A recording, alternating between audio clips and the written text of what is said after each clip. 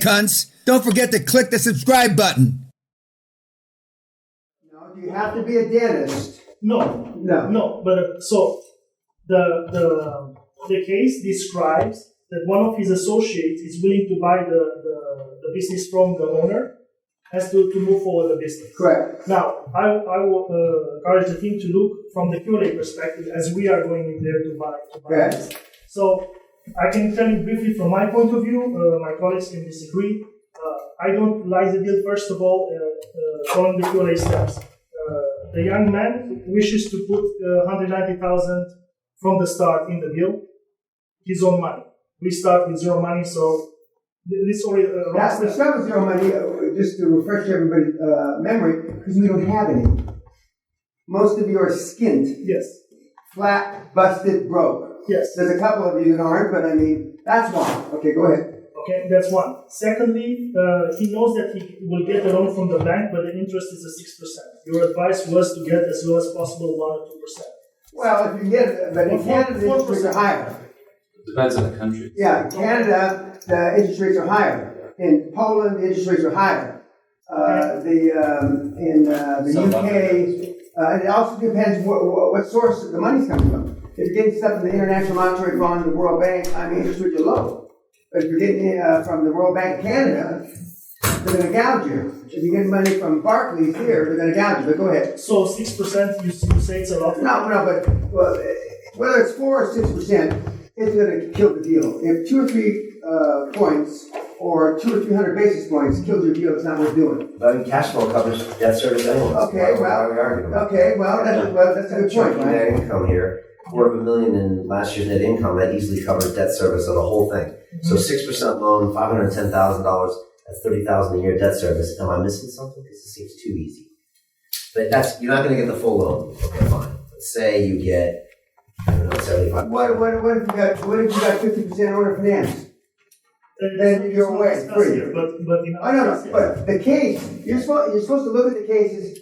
They're doing them wrong. Almost all the cases, I say one case is all you guys have. QLA would work, but the case study results we don't like because they're doing it the hard way.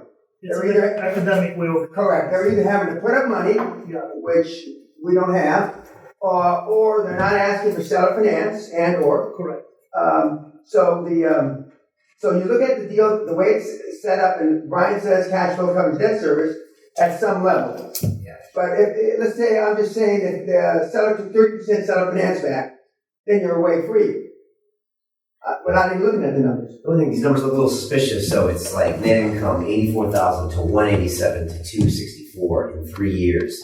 So I don't know. But it explains in the case. So basically, he's growing his customer base. Yes, right? exactly. And then you have to transfer dentists from one guy they know, Chang, to the new guy. Yes. That's the thing I would worry about. But this easily covers debt service. Well, you're going to ask the current dentist to stay on 6, Correct. 12, 18 months. That's what he did. So the current owner, when he bought it from the previous one, the guy stayed with him for a couple of years for the transition period. So that also gives an indication. Because you want every patient to be introduced by the current old doctor to the new doctor.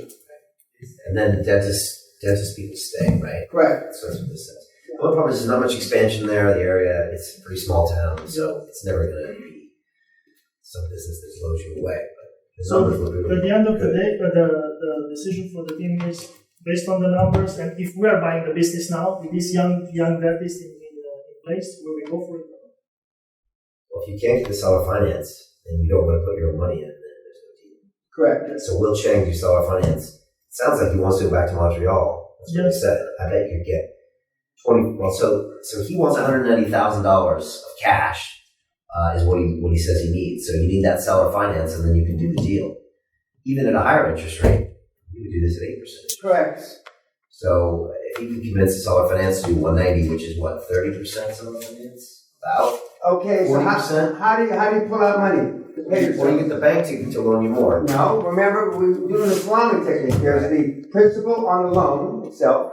There's a working capital loan. Remember that? Yes. Okay. And last but not least is in this country they call it an overdraft. In America and other places they call it a line of credit. So we're hitting them up for 3 separate loans, one at a time. As soon as you have a term sheet on the primary loan, Oh, by the way, you know like Columbo, you walk out and you go, oh, by the way, I know you didn't do it on purpose, but you neglected, you're talking to the bank now, you neglected working capital. Every business needs working capital, except prostitution doesn't need working capital, but I happen to know too much about that business. But anyway, and then after they do the working capital, now if the banker's smart, he's going to say, or she's going to say, now, is this working capital encompass your line of credit you're going to ask for next? Then they got you.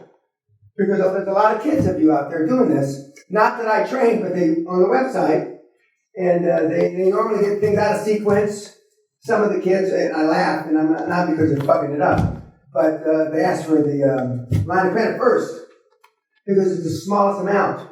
And you know, they think that if we ask for something that's a small amount, we'll get that first. But it's the principle of the deal. The second is working capital. And third is line of credit. Your line of credit rule of thumb is, should be roughly 10% of what your top line revenue is. If you've got a 10 million top line revenue, your line of credit or overdraft should be about 10% or a million.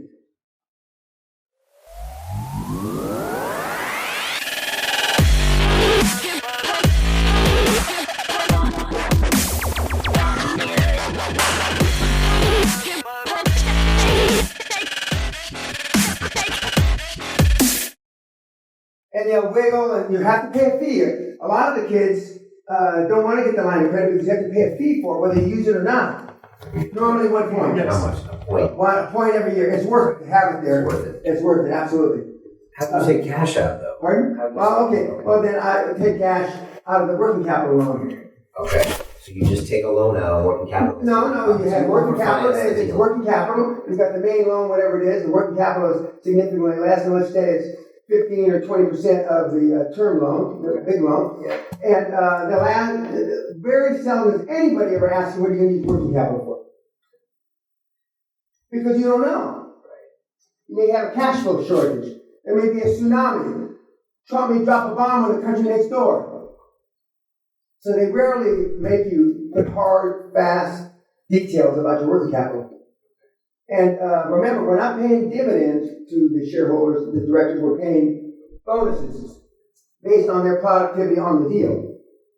And it has nothing to do with 10%, 5%, or the 2% they may own of the business. We have an industry expert that only has 2% of the deal, but he's the reason the deal got done.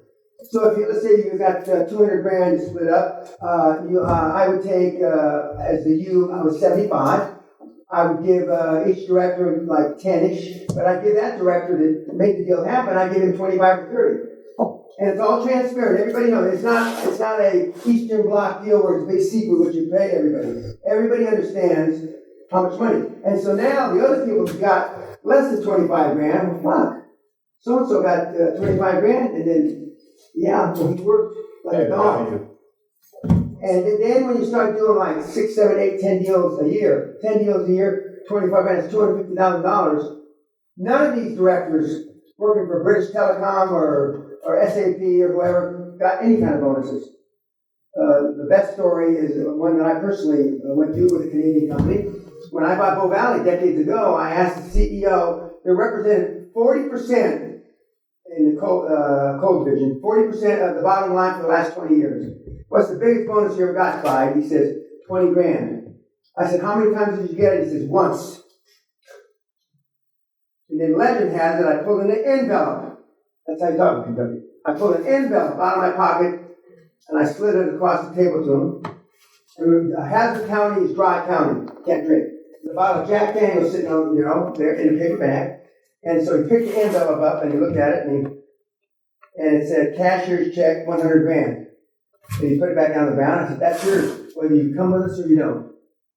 I show my appreciation. But you got yourself a new CEO boss.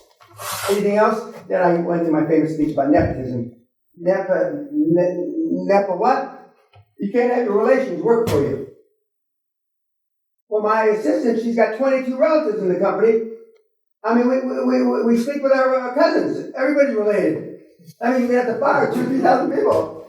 Well, I'm going to make a command decision without going back to the board. We're going to shit can my nepotism policy. You can hire whoever the fuck you want.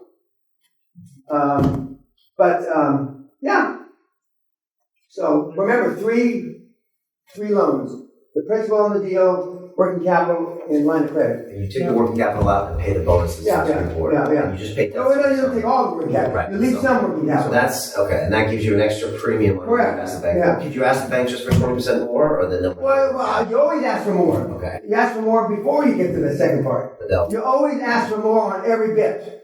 I told you 10% for a line of credit. Ask for 20, and you might get 15. And doctors that are in the medical doctors, wrongfully, they have more confidence in them.